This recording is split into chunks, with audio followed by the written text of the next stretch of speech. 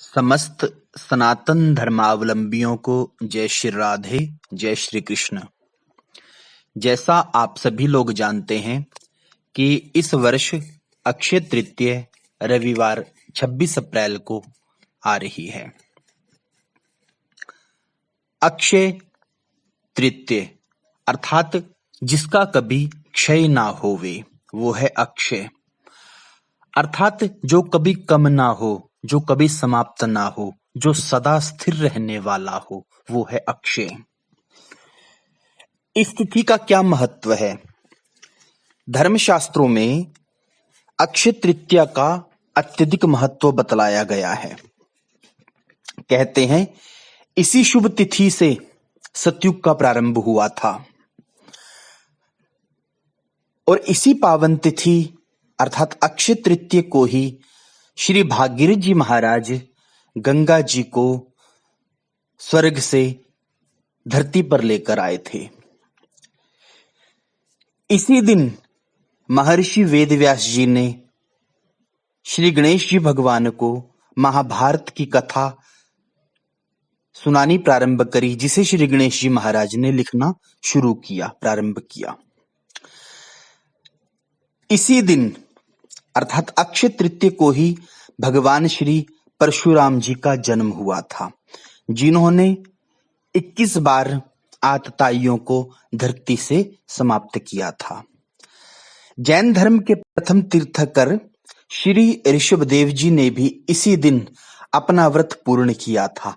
इसलिए जैन धर्म में भी अक्षय तृतीया को बड़े हर्ष और उल्लास के साथ मनाया जाता है। इस दिन अर्थात अक्षय तृतीया को ही बिहारी जी के चरण दर्शन कराए जाते हैं। वृंदावन में बिहारी जी का दर्शन वैसे तो प्रतिदिन करते हैं समस्त भक्तजन, परंतु भगवान के चरणों का दर्शन केवल इस दिन ही कराया जाता है।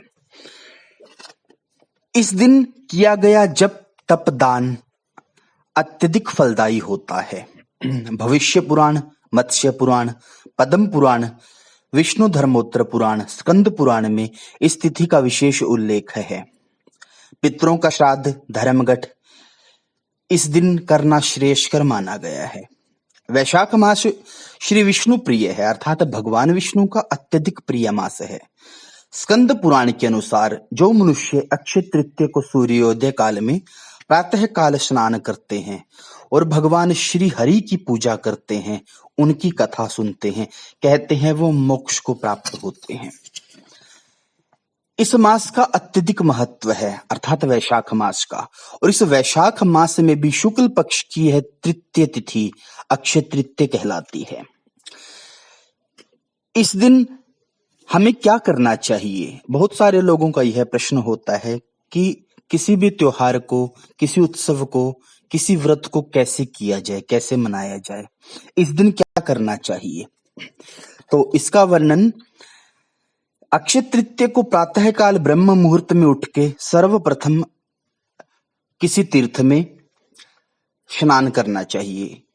अगर हम किसी तीर्थ में स्नान करने ना जा सके तो अगर घर में गंगा जी का जल होवे तो उस जल को अपने स्नान पात्र में डाल के गंगे गंगे उच्चारण करते हुए, गंगा जी का स्मरण करते हुए, जमुना महारानी का स्मरण करते हुए, कालिंदी स्मरण करते हुए हमें स्नान करना चाहिए। स्नान के पश्चात हमें व्रत का संकल्प करना चाहिए। अक्षय तृतीय के व्रत का संकल्प करना चाहिए। व्रत संकल्प करके हमें यज्ञ करना चाहिए, हवन करना चाहिए। हवन करने के पश्चात फिर हमें इस दिन दान करना चाहिए। दान का विशेष महत्व है इस दिन। क्या दान करना चाहिए? अन्न, जल, वस्त्र, स्वर्ण, जो भी हमारा सामर्थ्य हो वो हमें इस दिन दान करना चाहिए। भगवान श्री हरि को इस दिन विशेष भोग लगाना चाहिए। उस विशेष भोग में ककड़ी, सत्तू, चने की दाल से बना हुआ भोग भगवान को अत्यधिक प्रिय है। अक्षय तृतीय के विषय में एक विशेष कथा आती है कि एक समय की बात है हमारे भारत की इस पावन भूमि पे एक वैश्य हुए जिनका नाम था धर्मदास। धर्मदास भगवत प्रेमी थे, भगवान को मानने वाले थे, भगवान के प्रति उनकी आस्था थी।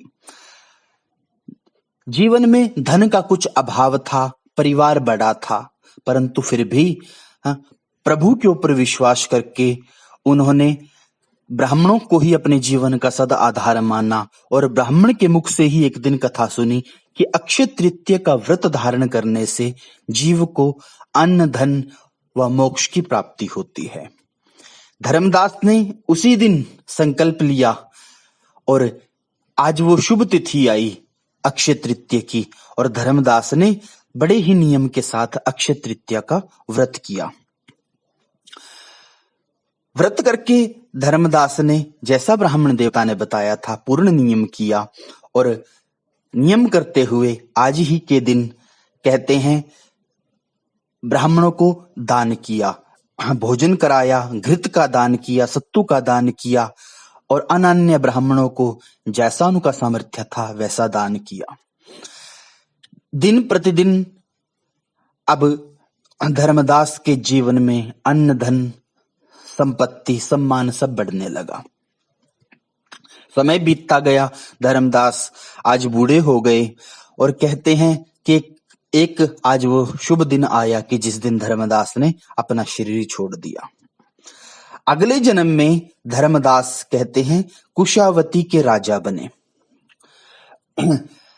जिनके जीवन में सर्व सामर्थ्य था, अर्थात जिस नगरी के वो राजा थे उस नगरी में अन्न, धन, वैभव समस्त कहते हैं राजस्व से वो नगरी भरी पड़ी थी। यह फल है अक्षय तृतीया का कि जीवन में हम भगवान के प्रति समर्पित होवें तो भगवान कहते हैं कि मैं भी ऐसे जीव के प्रति पूर्ण समर्पित हो जाता हूं। इसलिए बंधुओं, हम सबको प्रयत्न करना चाहिए कि इस शुभ तिथि में हमें व्रत करना चाहिए, नियम करना चाहिए, क्या करने से क्या प्राप्त